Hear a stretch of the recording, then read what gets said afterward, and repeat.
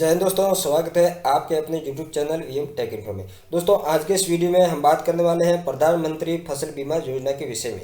दोस्तों इस योजना के विषय में आज हम विस्तार से कुछ बातें जानेंगे, जिसके अंदर अभी सरकार ने इस योजना को लेकर एक परिवर्तन किया है, जो कि किसानों को स्वैच्छिक प्रीमियम कटने और नहीं कटने के विषय में है। तो इस विषय में भी हम चर्चा करेंगे। और दोस्तों साथ ही हम उन किसानों के लिए भी बात करेंगे जिन किसानों ने किसी भी प्रकार का बैंक से कोई लोन नहीं ले रखा है, या फिर कोऑपरेटिव सोसाइटी से भी किसी भी प्रकार का कोई लोन नहीं लिया है, अगर फिर भी वो अपने फसल का बीमा करवाना चाहते हैं तो वो कहां पर जाके अपनी फसल का बीमा करवा सकते हैं, इस विषय में भी हम चर्चा करेंगे। और दोस्तों साथ ही हम जानेंगे कि फसल बीमा का जो प्रीमियम है, तो आपको एक हेक्टर पर अभी जो खरीफ की फसल चल रही है, इसके अंदर बाजरा और ग्वार की अगर हम बात करें तो इसमें आपको एक हेक्टर का आपको कितना प्रीमियम लग रहा है और गवर्नमेंट आपका कितना प्रीमियम है जो कि गवर्नमेंट पेड कर रही है। और दोस्तों एक हेक्टर पे आपको अगर फसल में नुकसान होता है तो वापस बीमा कंपनी आपको कितना पैसा देगी, तो इसका कैलकुलेटर भी करके मैं आपको बताने वाला हूं। और दोस्तों साथ ही मैं ये बताऊंगा कि आप अगर एक सीएससी के वीएलए हैं तो आप उन किसानों के लिए किस तरीके से प्रधानमंत्री फसल बीमा योजना का जो फॉर्म है आप भर सकते हैं और उनको बीमा करके आप दे सकते हैं अपने डिजिटल सेवा पोर्टल से। तो इस विषय में भी हम चर्चा करेंगे और लाइव में आपको पूरा प्रोसेस बताऊंगा कि आप किस तरीके से किसानों को फसल बीमा कर सकते हैं। तो चलिए दोस्तों वीडियो को स्टार्ट करते हैं। वीडियो स्टार्ट करने से पहले आपसे करूंगा निवेदन कि आपने अभी तक मेरे इस चैनल को सब्सक्राइब नहीं किया है तो सब्सक्राइब कर दें और साथ ही बेल आइकन को भी दबा दें ताकि आने वाले नए वीडियो की नोटिफिकेशन आपको मिलती रहेंगी। तो चलिए दोस्तों वीडियो को स्टार्ट कर दें। दोस्तों सबसे पहले अगर हम बात कर लेते हैं उन किसानों के लिए कि जिन्होंने स्टेट बैंक से केसीसी ले रखी है या फिर कोऑपरेटिव सोसाइटी से उन्होंने लोन ले रखा है। तो उनका क्या होता है दोस्तों कि जिन लोगों ने केसीसी या लोन कोऑपरेटिव सोसाइटी से लिया हुआ है, तो उन लोगों का प्रीमियम है जो कि बैंक द्वारा एक उन किसानों की सूची तैयार की जाती है जिसके अंदर जिन्होंने लोन लिया हुआ है, तो उनका जो प्रीमियम है वो ऑटोमेटिकली बैंक काट लेती थी। तो दोस्तों सरकार ने अभी इसको स्वैच्छिक कर दिया है। अगर कोई किसान चाहता है कि मुझे इस फसल बीमा नहीं करवाना है, इस सीजन में मुझे मेरी फसल का कोई बीमा नहीं करवाना है, तो वो अपने स्व इच्छा से जाके बैंक में एक आवेदन उनको करना होगा कि आपको जिन बैंक से आपने लोन ले रखा है या फिर जिन सोसाइटी से आपने लोन लेकर रखा है, तो वहाँ पर जाके आपको एक आवेदन करना होगा। आवेदन फॉर्म है वो आपको बैंक से उपलब्ध करवा दिया जाएगा। तो उस फॉर्म को भर के आपको बैंक ब्रांच मैनेजर को देना है। तो उसमें आपका प्रीमियम है जो कि बिल्कुल नहीं काटा जाएगा और आपकी फसल का बीमा भी नहीं होगा।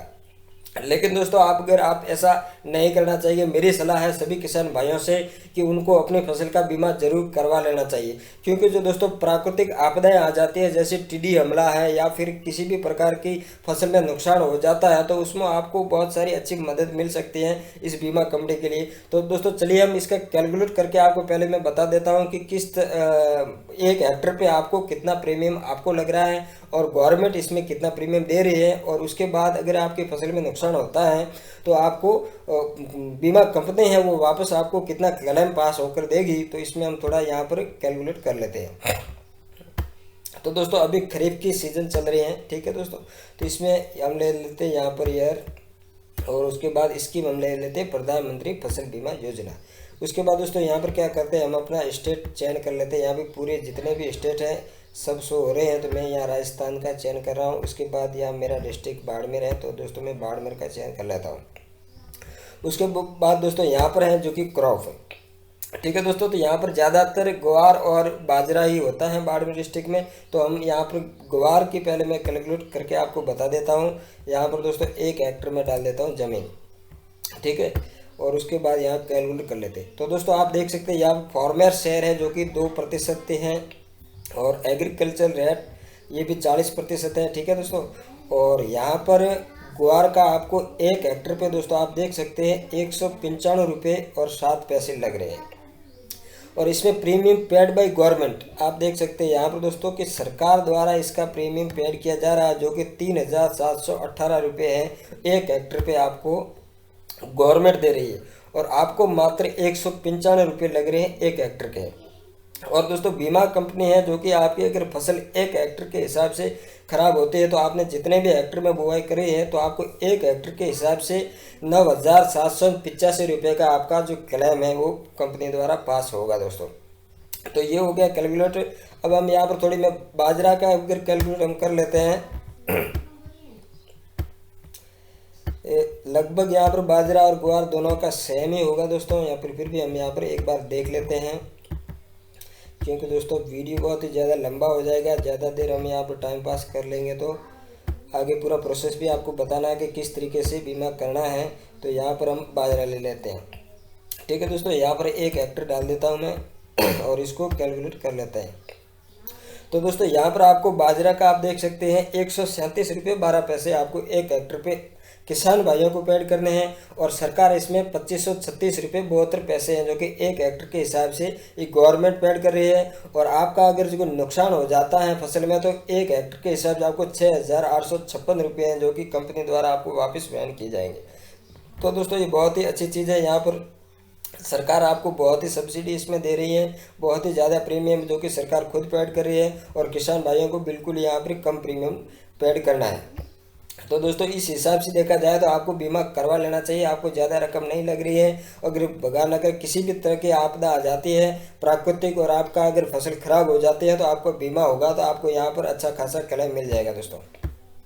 तो चलिए दोस्तों अब हम बात कर लेते हैं उन किसानों के लिए जिन्होंने किसी भी प्रकार की केसीसी या लोन नहीं ले रखा है। दोस्तों अगर जिन किसानों ने केसीसी और लोन ले रखा है तो उनका जो प्रीमियम है वो ऑटोमेटिकली बैंक काट देगी। अगर जो किसान नहीं कटवाना चाहते हैं तो उन किसानों को बैंक में जाके आवेदन करना होगा कि मेरा प्रीमियम है मत काटना, मुझे फसल का बीमा नहीं करवाना है। इस तरीके का एक जो फॉर्म होगा वो भर के आपको ब्रांच मैनेजर को देना, जैसा कि मैंने आपको पीछे बताया था। तो इस हिसाब से उन किसानों के लिए है कि जिन्होंने केसीसी या लोन ले रखा है, और जिन किसानों ने कुछ भी कहीं पर कोई ना तो केसीसी ले रखी है ना ही किसी कोऑपरेटिव सोसाइटी से उन्होंने लोन लिया है, अगर वो चाहते हैं कि मुझे मेरी फसल का बीमा करवाना है तो दोस्तों वो बीमा कहाँ करवा सकता है। तो इसके लिए उन किसानों को जाना होगा नज़दीकी कॉमन सर्विस सेंटर पर, यानी कि सीएससी पर। सीएससी सेंटर पर जाके उनको अपना एक ज़मीन का कागजात है जो कि पटवारी की रिपोर्ट है, आप उस रिपोर्ट ले लेते हैं। और दोस्तों नॉर्मल सी डिटेल आपको लगेगी, एक बैंक डायरी और आधार कार्ड, ये 3 चीज़ें लेके आपको नज़दीकी कॉमन सर्विस सेंटर पे जाना है और वहाँ जाके आपको बीमा के लिए अप्लाई करना। तो हाथों हाथ सीएससी का जो भी वीएलए हैं वो आपको हाथों हाथ वहाँ पर आपको इंश्योरेंस करके उसकी जो पॉलिसी है वो आपको रसीद वहाँ पर दे देंगे। तो दोस्तों चलिए हम अब बात कर लेते हैं सीएससी के वीएलए भाइयों के लिए कि वो उन किसानों के लिए किस तरीके से अपने डिजिटल सेवा पोर्टल से बीमा करके दे सकते हैं। तो दोस्तों आप देख सकते हैं यहाँ पर मैंने अपना सीएससी का जो डिजिटल सेवा पोर्टल है जो कि लॉगिन कर लिया है, और आप भी अपना डिजिटल सेवा पोर्टल इस प्रकार से लॉगिन कर लेंगे। उसके बाद दोस्तों आपको क्या करना है, यहाँ पर टाइप करना है किसान। ठीक है दोस्तों, जैसे आप यहाँ पर किसान टाइप करेंगे उसके बाद यहाँ पर आपको नीचे एक ऑप्शन दिखाई देगा प्रधानमंत्री फसल बीमा योजना। ठीक है दोस्तों, तो इसके ऊपर आपको क्लिक कर लेना है। इस पर आप जैसे क्लिक करेंगे तो उसके बाद आपके सामने कुछ इस तरीके का इंटरफेस आ जाएगा, और यहाँ पर आपको एक कनेक्ट का ऑप्शन मिलेगा, बट इसको सीएससी कनेक्ट पे आपको क्लिक कर लेना है।